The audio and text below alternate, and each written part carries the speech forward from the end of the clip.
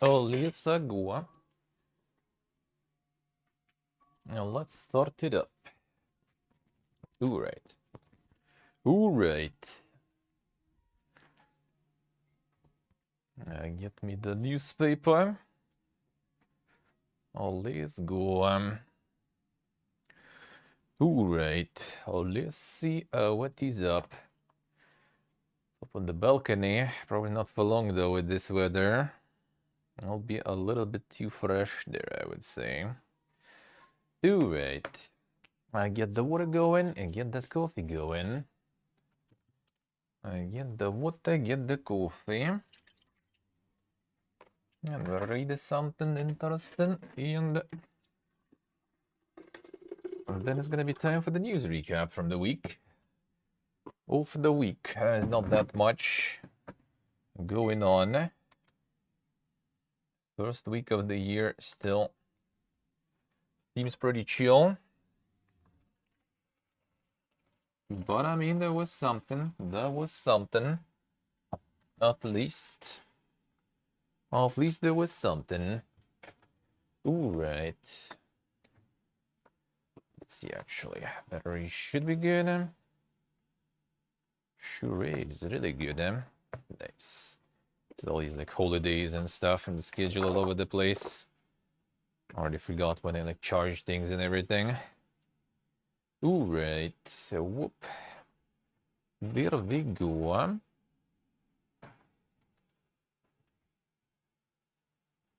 There we go.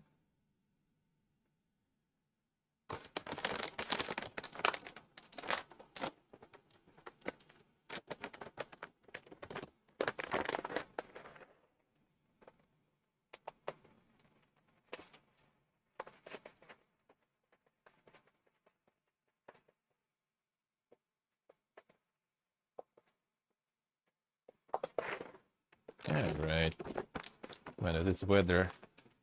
Yesterday went to my mom's place for the Solamas and everything. And I was going for a walk to get some, like, little gifts, I guess, of sorts. I wouldn't really say anything crazy. It's kind of more for fun. Like for mom's husband, that was pretty easy. I just got some more of my homebrew to him. Easy gift. And I wanted to get some coffee for myself to drink, since, well, I didn't really have time yesterday. So I wanted to buy some coffee to drink.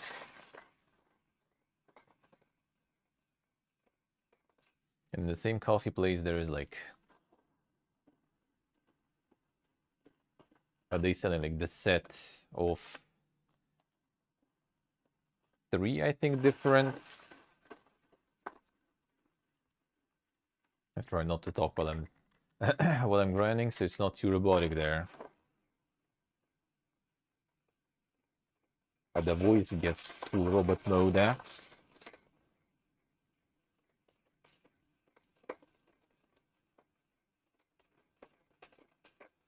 Grind first.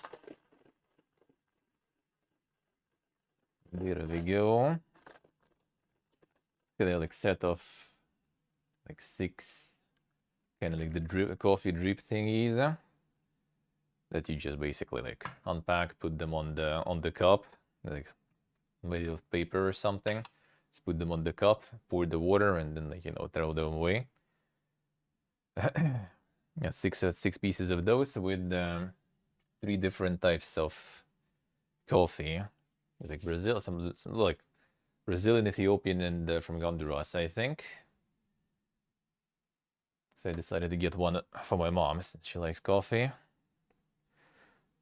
And she doesn't have any like grinders or anything else fancy. So she mostly just drinks some like the Lidl Nespresso thingy. The capsule stuff, he dipped in a low. We're doing. So I decided to get her one of those thingies since it doesn't require any special devices or something. Just hot water in the mug. And I went there and like bought the thingy, and I wanted to order some coffee also for myself. the drink. And then she's like, well, don't really make any coffee today because all the water froze. And I'm like, all right, nice. That sounds pretty nice for the coffee place. Yeah, like these like little like pavilion store. A very small one, standalone. Well, there's like a multiple of them nearby, but seems like, yeah, the water connection to those was not expecting the weather we had. So all the water just froze. 0, but I see. The water just froze. Well, I went to another place. They had it. That actually what used to be kind of like way more expensive coffee there in that place where I went. So I kind of didn't want to, but was like, well, you know, holidays, might as well treat myself a bit. Fine. It's actually not too bad now. It's actually not too bad now. I guess they realize that they have pretty cheap competition. And no one wants, especially nowadays, to overpay for coffee. Grams of coffee should be around 20, maybe a bit more.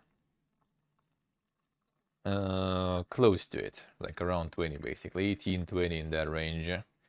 Then I add some chicory now since I opened the bag and, you know, might as well use it. Water, well, as much as it fits.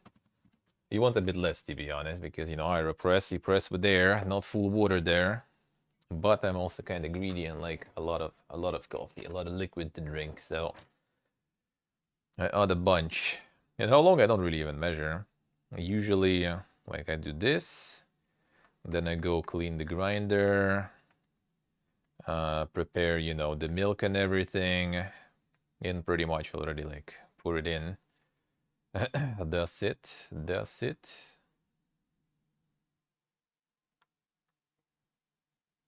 So like nothing super precise. Nothing super specific. I'm in general kind of just like rolling, you know, with however, whatever it feels, huh? It'd be kind of nice to try to do it, you know, completely by the book at some point, but I mean, it works. It works. My friend also got AeroPress now. Yeah, he goes like full guide, like, you know, the temperatures, all that stuff, all by the book.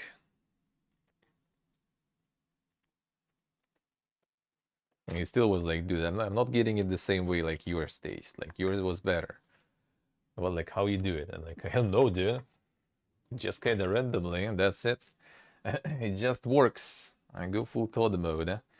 But that's also part of the thing, I think, in general, when you make like coffee like this and stuff. It's just like when you taste yours, it always feels like nothing special. And when you taste something else, someone else, it always feels like, dude, it's so much better. It goes both ways. I think I drink it, feels kind of whatever. Friends drink it, they say it's good. I go to some store, drink the coffee there. Like, man, that feels better than mine. And in fact, who knows? Is it really? I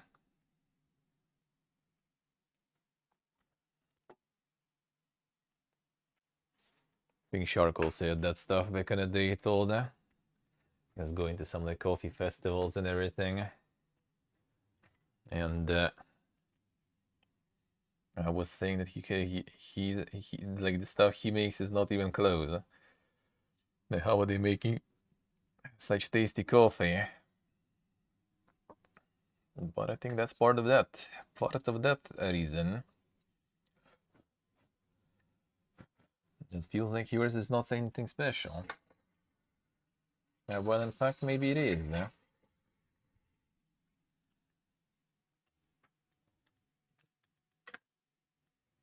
See what they say. Do it. Some small, strong shots. I see. No, I kind of like it, you know, with milk and stuff. That's my jam. Cappuccino and stuff like this. Oh, that's my jam. I don't really drink coffee for the kick anyway. I like the taste. But the most taste I like when it's with something. With some extras. Not even because like a bitterness and stuff. Because, you know, drink fucking IPAs and everything. I do enjoy me some bitterness. But just in general, kind of more full taste, I guess. So even some sugar sometimes is nice.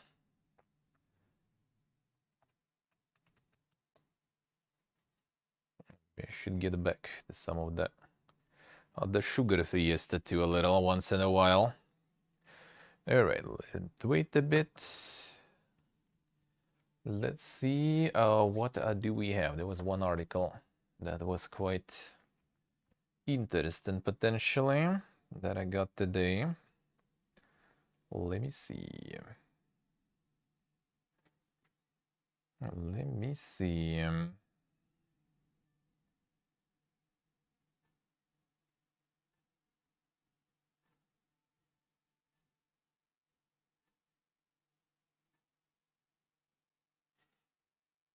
Alright, let's see this one. Milk froder and stuff. I see. Yeah, I would recommend that. It's pretty nice. Alright, let's see. Yeah, the texture is good. Can even do the stuff that like the signature here in Moscow is when they do coffee and milk and some vanilla sugar, and then it's all going together through the frothing stuff. But I feel like it's better through, you know, like the cappuccinator properly with coffee machine. Like the frothing one is not as good for it. But it gets like very fluffy, very smooth.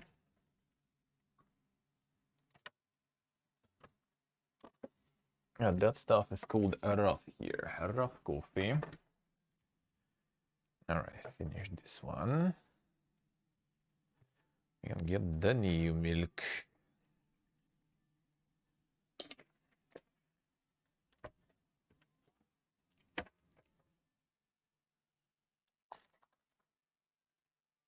There we go.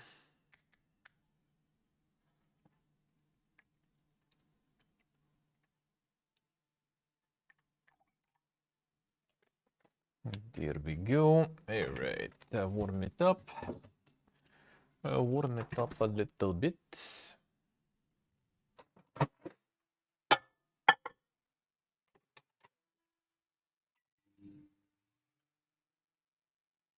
Whoop. Now, while we wait, okay, need probably already soon to recharge the batteries, but it's not too bad yet. Still working surprisingly. Alright, let's see. What I learned designing my thesis game. Vertical slice taught me to be trusting, inquisitive, and playful. Alright, the thesis. The 5-head stuff. That's some properly educated game developers there.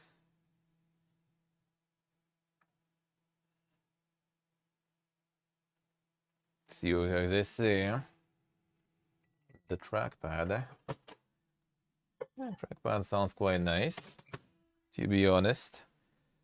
If you're more acquainted with the actual, you know, the IRL art, I guess. Not digital art.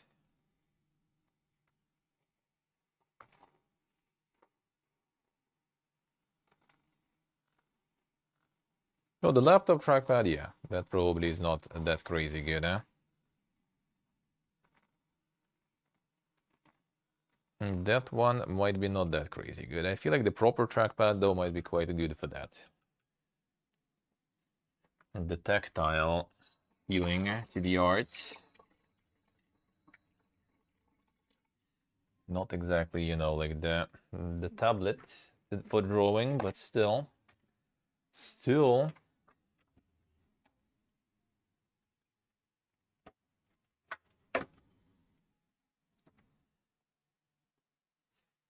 A drawing pad in a way, yeah.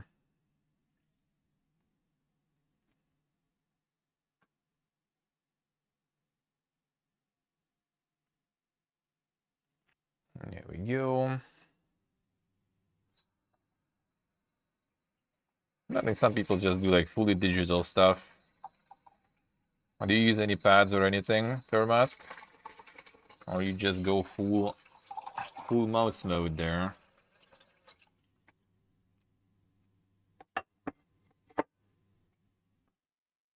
You know, some people just go full digital mode, eh?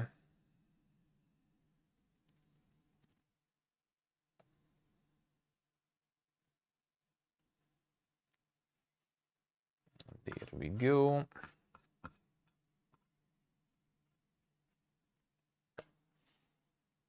Yeah, mouse for small one. Well, I mean, when it's like super zoomed in, I guess, and everything, that should be better. I feel, since the precision is kind of more important. It's easier also to snipe it on a very zoomed in scale.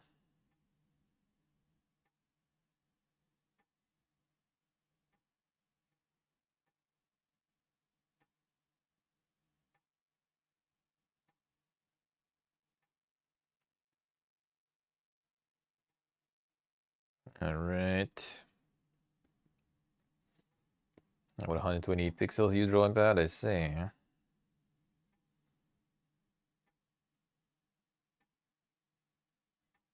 That sounds about right. If you're going for like the Twitch emotes and stuff size, mouse is probably a bit more precise.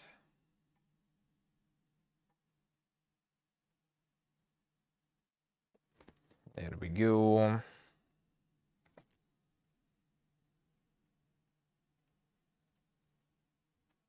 All right, done.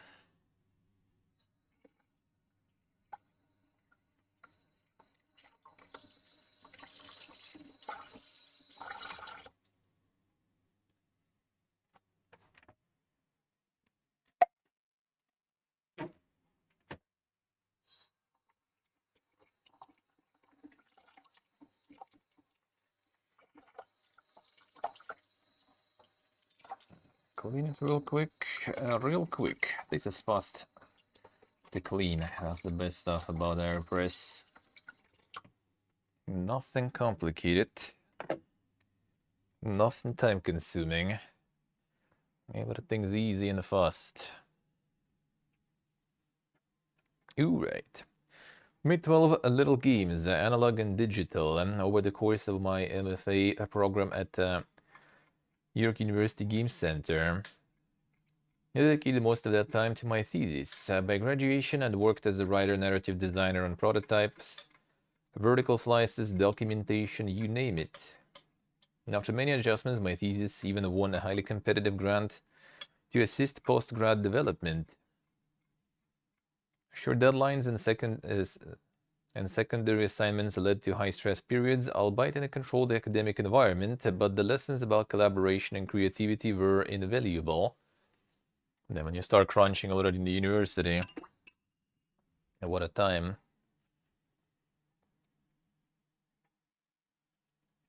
Ordinary school night, I'm on the video call with my friend Jude, and I watch them casually scroll through a graffiti-adjacent concept art and brief clips of passion project called a Punch Cyberspace Investigator. Give me a rundown of game's mechanics, inspirations, and vibes, which includes phrases like platformer, Ace Attorney-inspired dialogue, puzzles, detective work, and hack the internet. Ask about the narrative, their eyes light up. Jude tells me about virtual dichromatic metropolis chock full of criminal activists, government-owned surveillance systems, and class-based feuds. A slum world oozing with personas and match flair. But above all else, they say Punch Cyberspace Investigator is a celebration of resistance. A game following an eccentric crew of BIPOC lesbians who confront their dystopic society. Suddenly Jude clarifies this is merely an idea they've worked on tiny bursts over the past few years. It's not concrete, their modest silence seems to imply, even so I want in. Beginning of thesis class, post extensive character maps, wireframes for scene compositions, UI layouts, various mood boards to our Miro, digital whiteboard for remote collaboration. Oh, Miro sounds familiar. I think that was the... Yeah, I think it's the one that that moved from here, actually. That was the startup from here. That moved the fuck away now with all this shit fest. Good for them. Apparently actually quite popular too sometimes, huh? If it's even here too. Well, due thinkers with the menu dialogue system, I draft an opening scene based on their initial vision. Punch a dirt poor private eye running an illegal practice out of the basement of an abandoned funeral home. It's hard to find a missing person. The first few rounds of Milestones Runier, Jude worked closely with the cinematographer and adds dynamic camera angles to character conversations. Then after finishing my screenplay, we implement text and spend the entire night before debugging. Man, the dynamic camera angles, I remember when in the gray block, oof, that was really good director's work, let's put it that way. Hey Dolan, hello. That was quite something, I'd say. Takes several long weeks to create a 3 to 5 minute proof of concept highlighting those aforementioned Ace Attorney inspired dialogue puzzles. Sponge, the player probes a client about events leading up to the disappearance of their girlfriend. After clicking on inconsistencies in the client's testimony, the discussion continues. Faculty feedback seems worrisome as there is still a critical question that needs answering. But beyond interrogations, what is the central loop? Need help, said Jude and I recruit Katie, a talented programmer who voices an interest in working on our gameplay system. Almost instantly, workloads decrease, giving the team room to conduct playtests and make more iterations. Spend hours debugging primary hacking mechanic that parallels our gritty detective narrative. And after much deliberation, we land on giving players the ability to hack psyches and infiltrate minds or mind spaces for info, secrets, and consequently make investigative breakthroughs. Mind spaces became mini-games relying on visual storytelling to characterize other people. How could we make the player feel clever? Return to dialogue puzzles and make revisions inspired by age-old cartoonish detectives armed with nothing but pens and pads. Instead of simply clicking through dialogue in search of contradictions, we build an inventory system for collectible quotes that players present to NPCs during key instances. By giving players more agency in how they respond to other characters, confrontations and more are more dynamic and gratifying.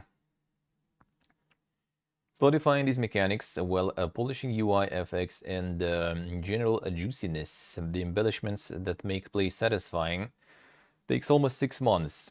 For our final milestone, we proudly submit a 20-minute playable demo. Punch Cyberspace Investigator gave me the opportunity to craft a queer story while also learning to embrace constructive criticism and constant revision within the framework of a small team. And more importantly, designing my thesis game taught me to be trusting, inquisitive, and playful. It's always like when you read, like, so easy to, like, oh, someone told me something, I'm like, I'm in, and then boom, like another person is also in. It sounds like it's so simple. Sounds like it's so simple. I guess when you study somewhere, though, that might be indeed quite simple.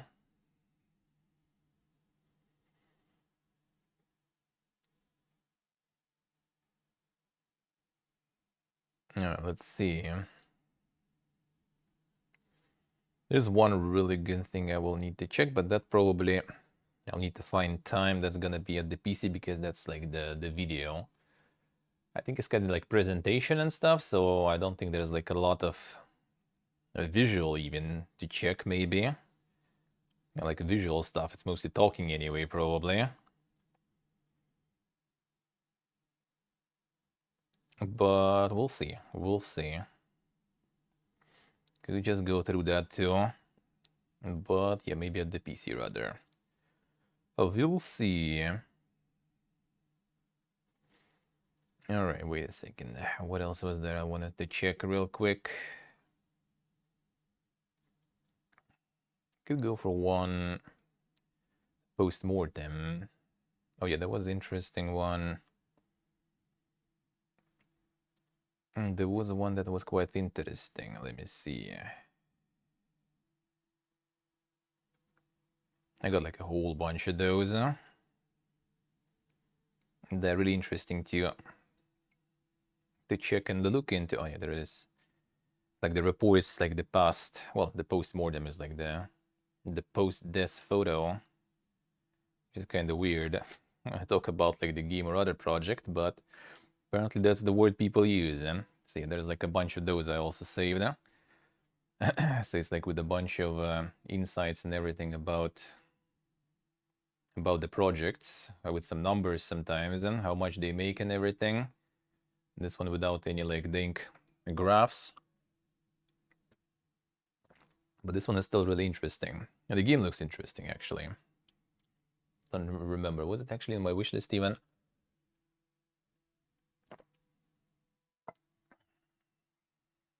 All right. The Kainga post-mortem. Recently released my first game, Kainga Seeds of Civilization, December 6th. Here's how things went. Let's see. Let's see how it went. I will post the TLDR in the beginning. Spoilers. Spoilers.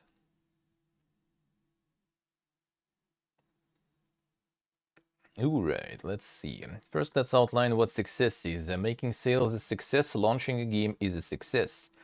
Staying afloat is also success, so in one sense, it's a total success. When I started this project, my goal was to finish a game and make a profit from sales. I have not accomplished the second half of this goal.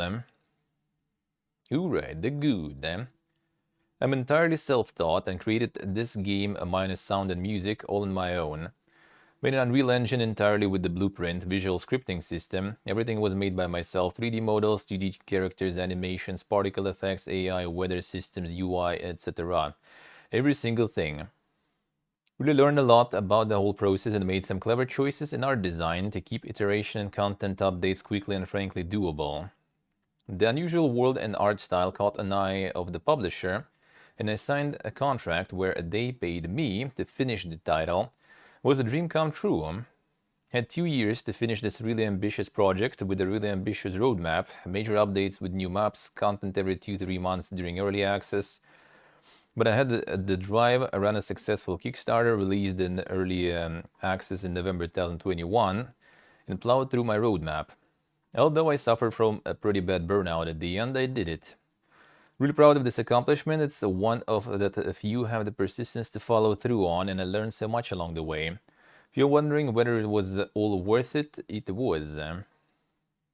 Now the bad. This was my first time mistakes were made. Getting paid to finish a game means you won't see any profit until publisher has recoupled the cost of the development, plus marketing costs.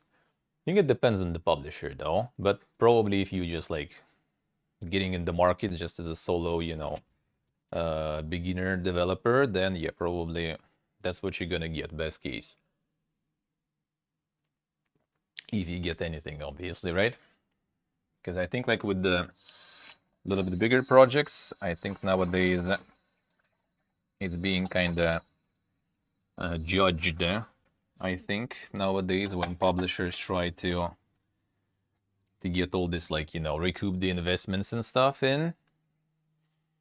So it's like you invested and then the share goes in.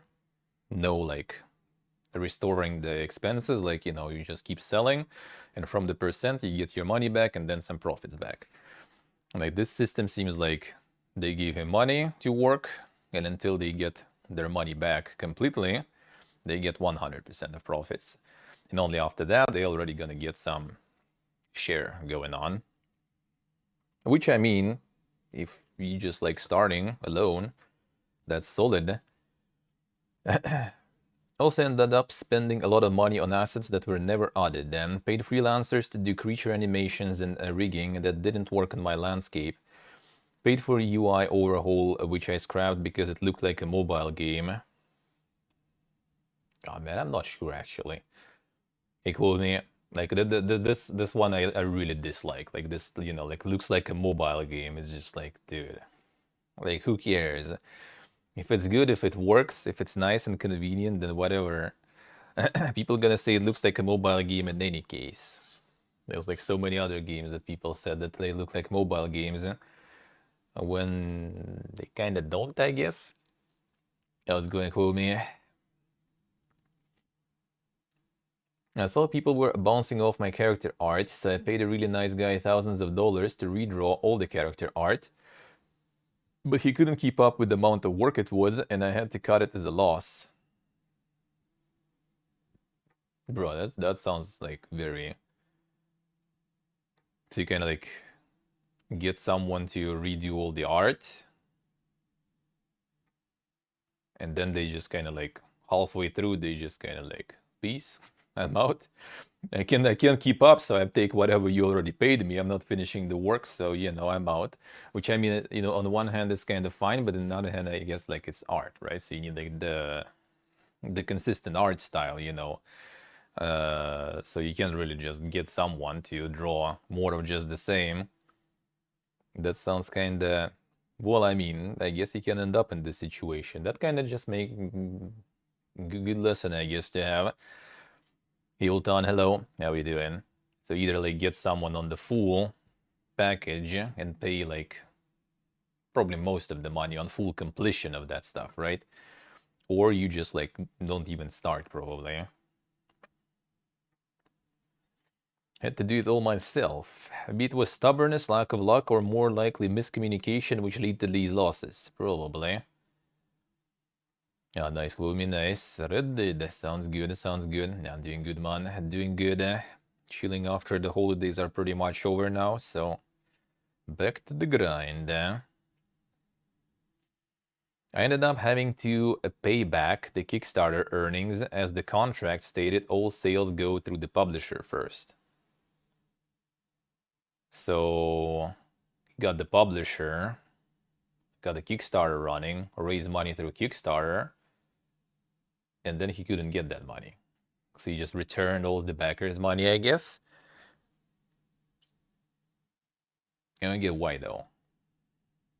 So couldn't he just use the Kickstarter money to, like, maybe publisher would even give the Kickstarter, you get the Kickstarter money, right? And that already would kind of like reduce the amount he needs to pay later. So like he raised like, I don't know, 100,000.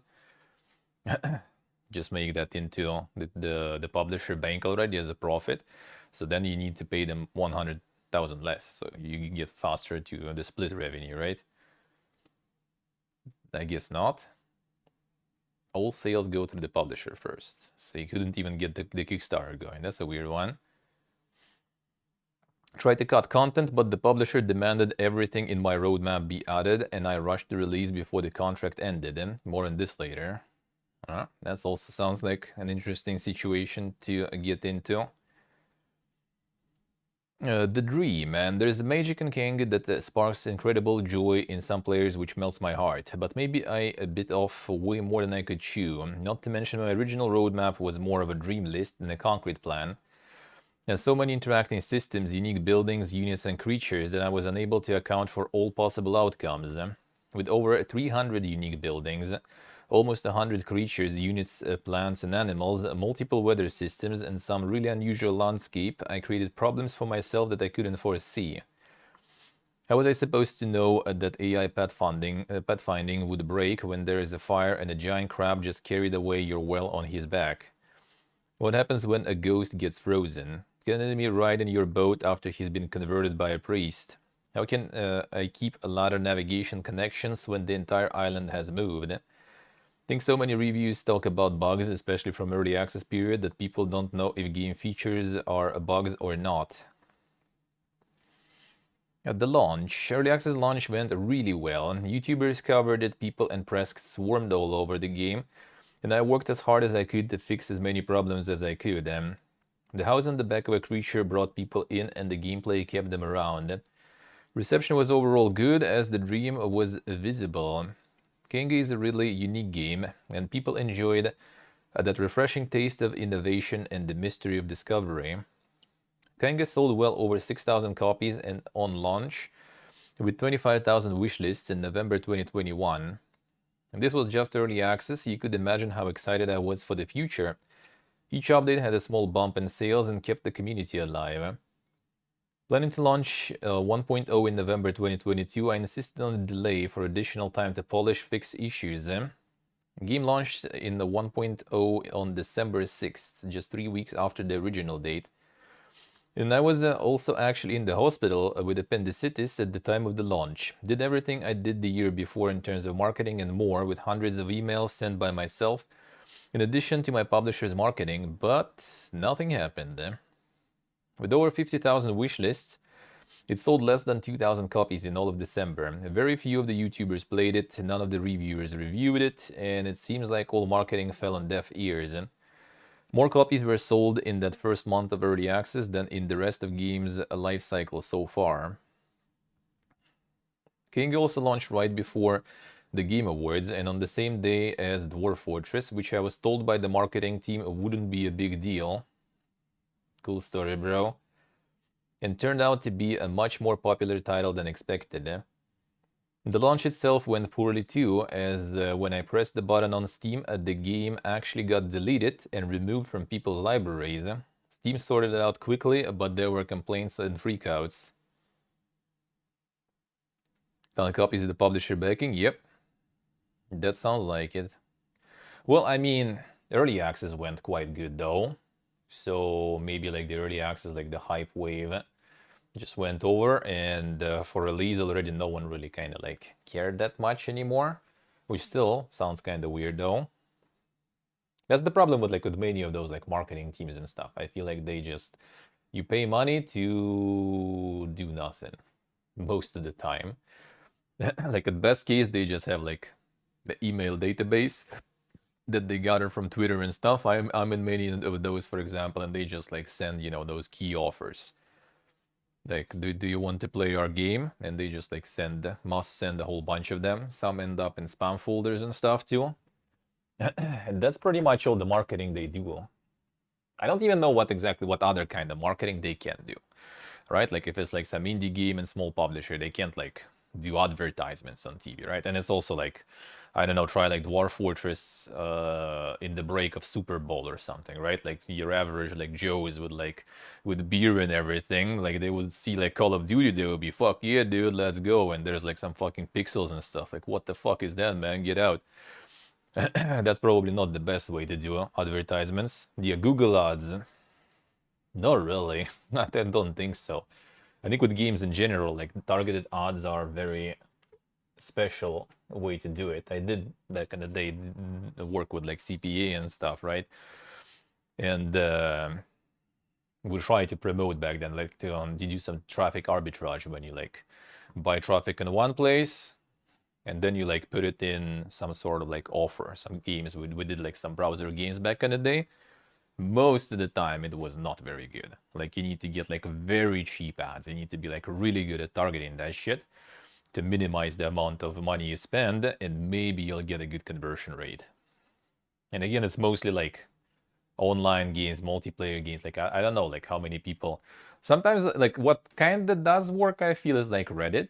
I heard also from some like devs and everything that it does work if you target like the right subreddits, because Reddit also has like a good ad format, right? Like you just scroll and you get like kind of like another post and it's like big, right? There's a big embed. You can see instantly what kind of game it is, right? Maybe even like some trailer already playing. And while you browse, you already can get like, oh, that actually kind of looks interesting. I saw some games that I after that went to check on the store. Like I didn't buy them at least. Don't think I saw something like that. Actually, I guess I saw some games that I already had. I think it actually was it Against the Storm I saw there or something?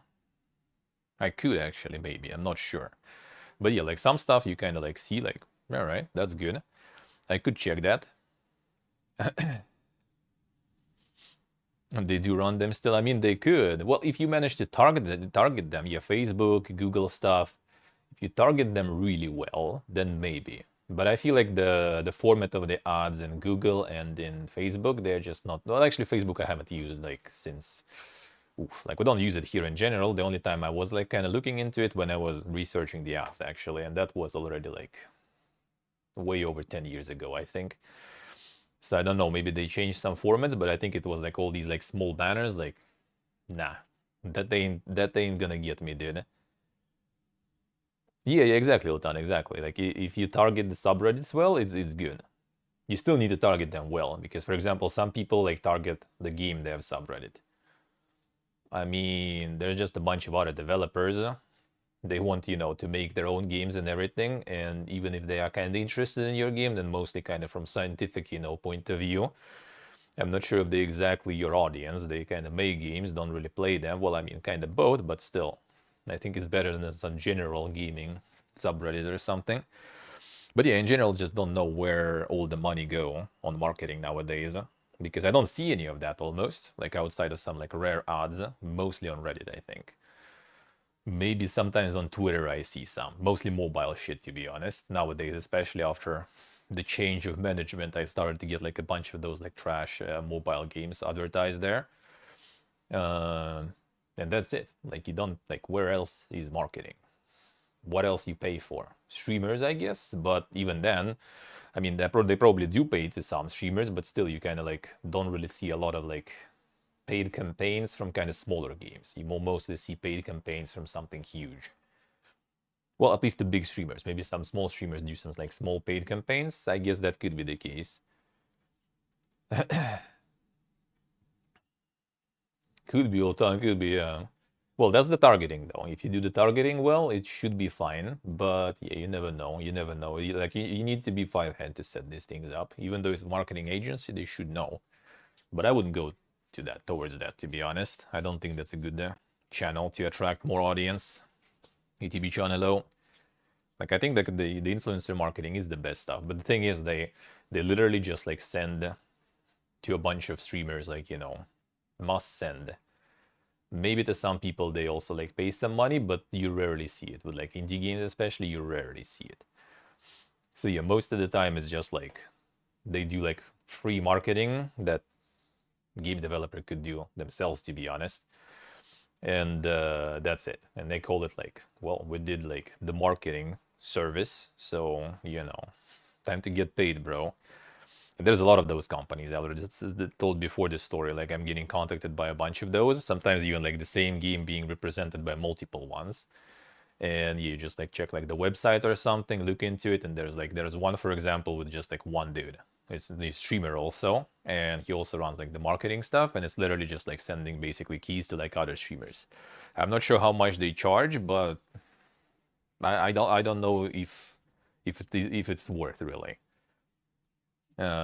Like if you invest some time to just gather those emails, and you probably will be able to kind of sort them better, right?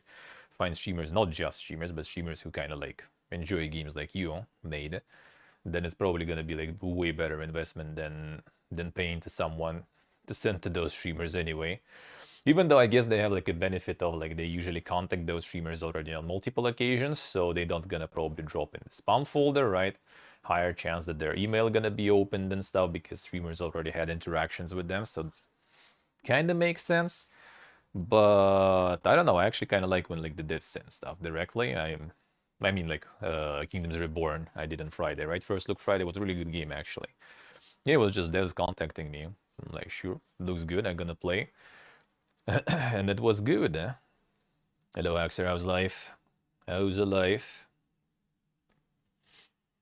Alright, let's get back. So the result. Still proud of the game. It's a beautiful, interesting title that I still believe deserves more than it got. I actually kind of was thinking about maybe looking into contacting this game to play because it seems kind of interesting. Could try. I think I looked into it, I don't remember. I guess the Twitter DMs or something could work. I'm gonna check because I don't think I saw email or something.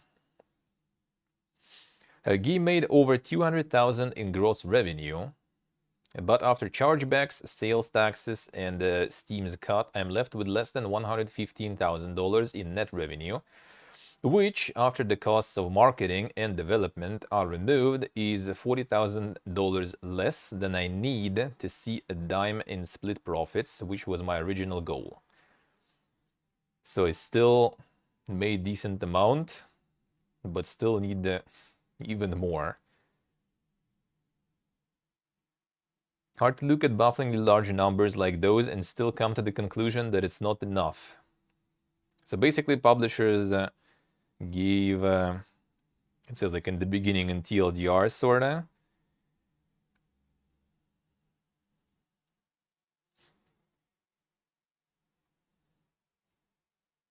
Yeah, so they pretty much paid for everything for the development. So they gave him, seems like 100, yeah, like 150,000 pretty much. They paid him in kind of like, I guess not the one check, but like kind of like salary while development was going. Which I mean, that's a dream. You just like, you know, do your own little project. How much was it actually in total? 6 years, I think. 4 years of work. Yeah, 4 years of work. 2 years full time. So I guess total 6, or 4 years and 2 years already included. Not sure. But even if 6 years, I would say, depending on the place you live and stuff, like here, for example, that would be very solid. Thing is, it's still not gonna land any profits until he fully compensates the publisher, though. But I mean, I think it's pretty good.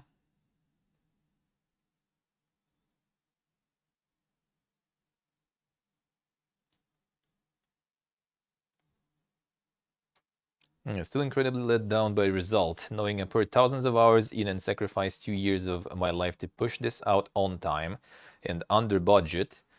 And the result was that no one really cares, but it wasn't wasted time as I learned a lot and got paid to do so. Yeah, I got paid to do so, and I mean, I don't think it's no one really cares. You still sold a decent amount. I mean, it made like 200 in gross revenue. The thing is like what is kind of also weird here. So it's like this, well, I mean, I guess it kind of makes sense. Yeah, sort of. So like 200,000, but after all the chargebacks and cuts and everything, you only get 115. So it's like half just like gone. And then all that you also pay to publisher, basically.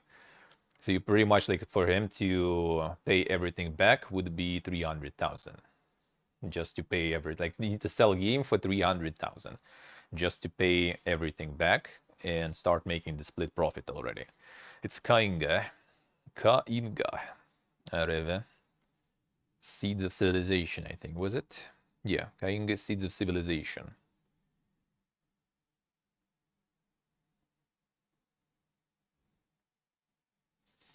Is the one that agreed in the deal. Well, I mean, it doesn't remove your right to complain, though, you know. Like that was his first game, that was his first experience game developing, so I would say that's a really good result. But yeah, like looking at the taxes and stuff, I guess, you know, getting 150K for like 6 years is still not that good. Which, as I said, like if it will be here, that's like what? For 6 years, 150K, it's pretty much like 25K per year, which makes it like $2,000 per month, and that's a shitload here. For me personally, for example, I mean, you can say that would be like, I would be working even like two times the time if that would be the case. I wouldn't mind even. But yeah, that seems like more of a problem is that, yeah, he kind of just fucked himself over multiple times there. Wasted a lot of money on like things that weren't really necessary, like shitty contracts with like freelancers and stuff. I mean, not just the publisher. And then also kind of like the roadmap that he kind of showed the publisher and that became part of the contract on paper was a bit too ambitious, and then he needed for 2 years to just kind of like grind to make it in time, because I guess contract said if he wouldn't make it in time he would also get some like fees and stuff like this, right? So he needed to push it hard to just release with all the features he promised, basically. So it's kind of like over promising, right? And on the publisher side it was maybe a little bit under delivering. Shouldn't become a game dev for the solo for the good salary. Well, I mean, it's not like he's complaining really about like it's not like he doesn't feel like he's mad. He's just kind of a bit upset that it didn't go that well. Oh, publisher is actually Green Man Gaming, I think, if I remember correct. And you probably can see it on the games page, but yeah, I think it was Green Man Gaming, I think.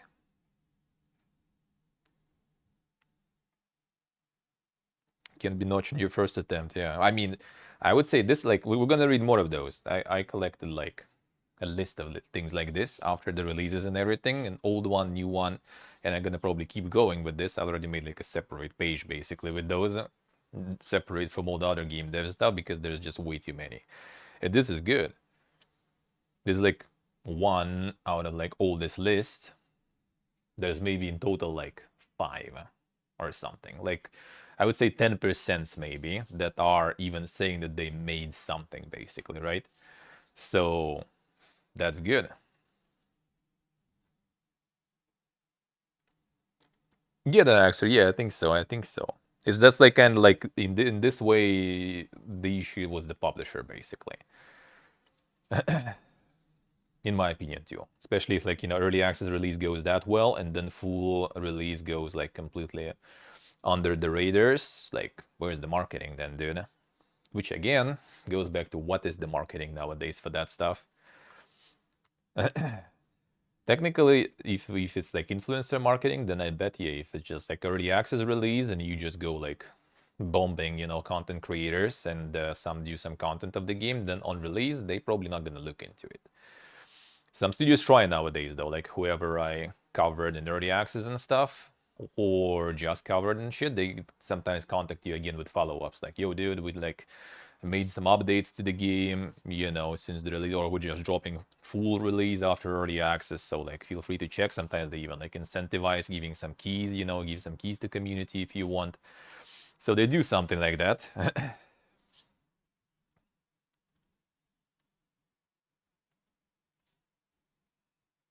Yeah, the best thing that the publisher did here is just basically they like paid him salary while he was making the product.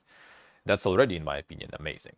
Probably not the best salary for where the dude lives. I would assume US most likely. I'm not sure though. It doesn't say here, I think, but I would assume so.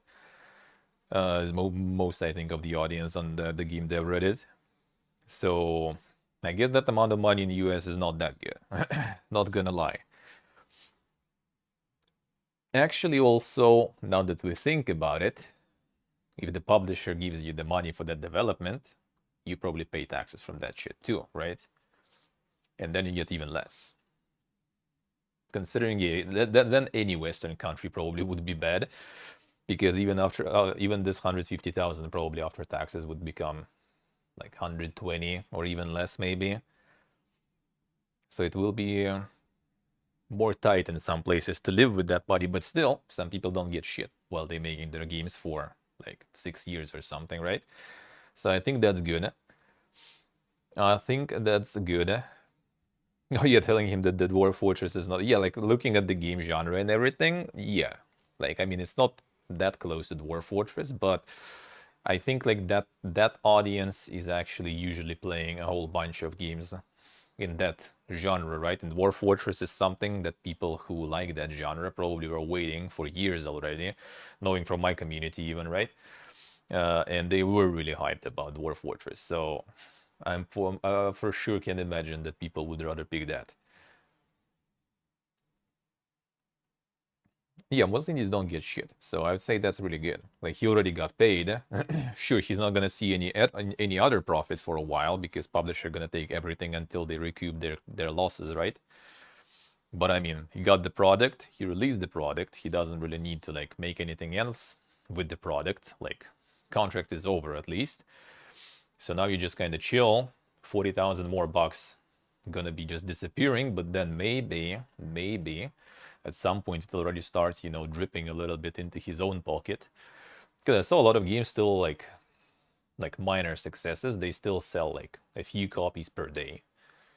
That's not a lot, but that's like extra 20, whatever it costs, bucks per day, right? Like minus fees, minus taxes, but it's still extra, like potentially extra couple of dozens of bucks depending on the game price, right? Just dropping in every day. That's good. As I said, like here, for example, if I would be getting just 20 bucks, just, like falling every day on me, I would be happy. That's like 600 overall total. You can live with that. Yeah, he had to learn the reality of things, but at least he got paid for it. Some people learn that reality, but they don't get shit. That's the problem. A game, Kaying Seeds of Civilization. It actually looks pretty cool. I was thinking about contacting and maybe after Boomerathon and checking that out because it looks interesting. I love you guys. Oh shit, hold on. Welcome back to the dungeon. Thank you, sir. Thank you, man. Thank you. Appreciate it a lot. Appreciate it. The big money dropping feels good. Dropping in the business's pocket. Maybe one day I'll get my share out of that one. Alright, so to finish it up. What could I have done differently? Main problem here was communication. The genre blend of city builder and roguelite was hard to describe, and players who expected either genre were not satisfied, and that resulted in negative reviews, confusion, and returns. About 15% of purchases were returned, actually. Alright. We saw a lot of cases of that, to be honest. I see, Ultan, I see. Thank you, man. Thank you. Appreciate it. Could have insisted on an extension to my contract to get the game in an ideal state before launch. I wish I had a professional QA tester, artist, and coder to help me with unanswered questions and unsatisfactory features. I wish I made smaller promises and gave myself more time to live my life. Been at my computer over ever them days since COVID started. Perhaps the publisher's marketing wasn't up to scratch. Perhaps my art style or game design was disappointing players. Perhaps I was unlucky, or perhaps I did my best and that's all there is. Hard to say, and we may never know. Hopefully learn my lessons and will make fewer mistakes next time. At least make and repair mistakes faster. What's next? Gonna teach myself C++, keep updating Kainga every once in a while, not at such a breakneck speed, and have a new, simpler project in mind. The simpler project. True.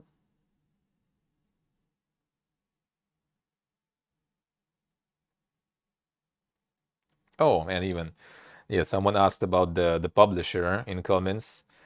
To be honest, I wasn't certain the publisher would do enough, so I put my own time in. Over the months, I gathered a massive list of press, YouTubers, and reviewers and emailed them all myself, over 200.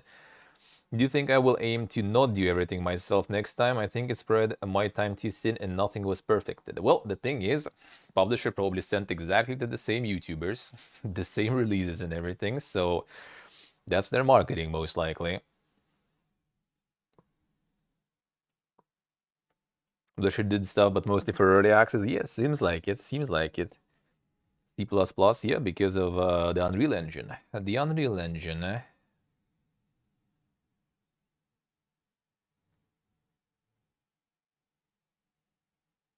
Yeah, people saying in comments that the Steam page is too confusing. Can't see what you can do in the game, what you're even doing.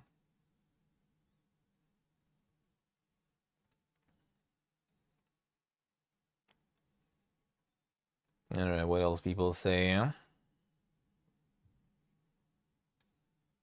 200k by any metric is a huge return for an indie game. True. Problem is you took too long and spent too much to get there. But I mean, that's the first project after all.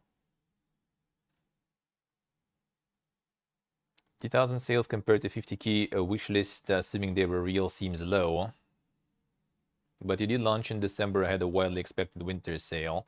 That's actually also true, yeah. Right before sale and everything. 100 emails is a great way to get one response in my experience. I mean, hard to say. Like, I haven't seen it from this perspective. There's only like one company. Well, I mean, if it's like the marketing dudes just selling a bunch of mass emails, I usually kind of cannot answer some of those. If I don't want the game, then why would I even answer? But if dev's sending, then I usually do answer.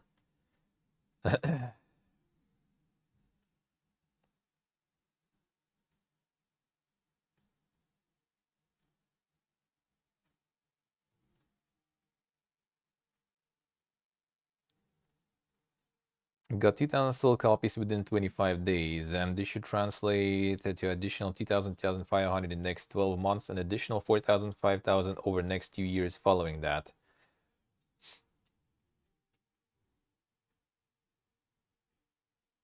Should be able to secure additional $70,000 eventually, just will take a while. And, well, I mean, you know, a whole bunch of that gonna go to the publisher after all.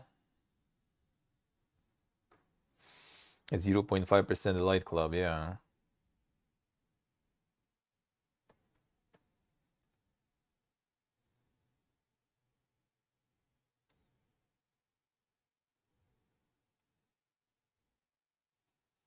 You entirely self-taught and you got a publisher to pay you for 2 years to work on the game you wanted to make to begin with, eh? Yep.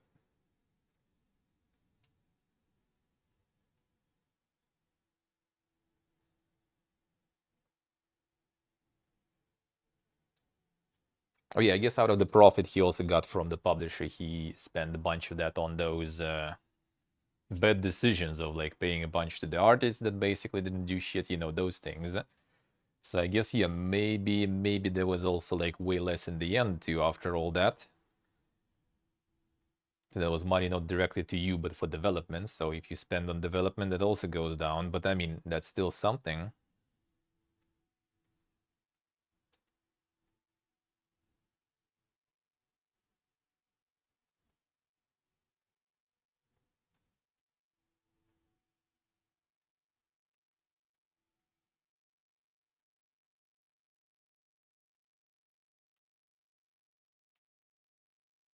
Wasted a ton of money, and yeah, seems like it.